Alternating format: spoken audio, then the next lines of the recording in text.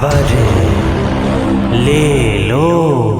ले न हो काबर कौन मुझे साथ चिल्लाई छही रे ले न हो काबर आगे माई तो हमरे में जनवा छिए गे ले न हो की रे की बेचे छी मोटका पतरका केहू तू छी हमर लाभर रे गामे हमरा बेचे खातिर एलही काबर रे लेना है तो लो वरना यू कैन गो हां केहू तू छी हमर लाभर रे गामे हमरा बेचे खातिर एलही काबर रे डीजे काबर जे छोगे पसंद गाना दोन लोले लोले ना अब गे जान का बर लोले सुना अब गे जान का बर लोले केना बेचे छी मोटका की पतरका मोटका 10 रुपया आ पतारका ओहो 10 रुपया कथी के बने छी मोटका की पतरका मोटका बांस के आ पतारका ओहो बांस के एमे की खूबी छे मोटका में की पतरका में मोटका में लचक तो लेकिन टूट तो न आ पतारका में ओहो लचक तो लेकिन टूट तो न केना लो जेबे मोटका की पतरका मोटका कान्हा पर आ पतारका ओहो कान्हा पर जखन दोनों कोने पर ल जा सकते त की मोटका पतारका के नीचे अनु रिकॉर्डिंग स्टूडियो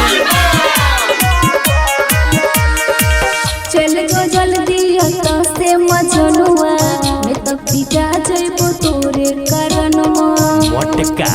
की पतरका हे गे हमरा से जाने तू लोले कबर कहतो न कियो किछो डर न तू को पूरा ठेला चोभर पसंद कर ले डीजे काबर अब गे जान का बर लाले अब गे जान का बर लाले केते लम्बा छो मोटका की पतरका मोटका 5 हाथ आ पतारका ओहो 5 हाथ केना बनेली मोटका की पतरका मोटका हाथ स आ पतारका ओहो हाथ स एमे की गुज बुझाइ छो मोटका में की पतरका में मोटका में रस्सी आ पतारका में ओहो में रस्सी मजबूत छौ ने मोटका की पतरका मोटका भरपूर आ पतारका ओहो भरपूर जखन दुनु मजबूते छै त की मोटका पतारका केने छै अनु रिकॉर्डिंग स्टूडियो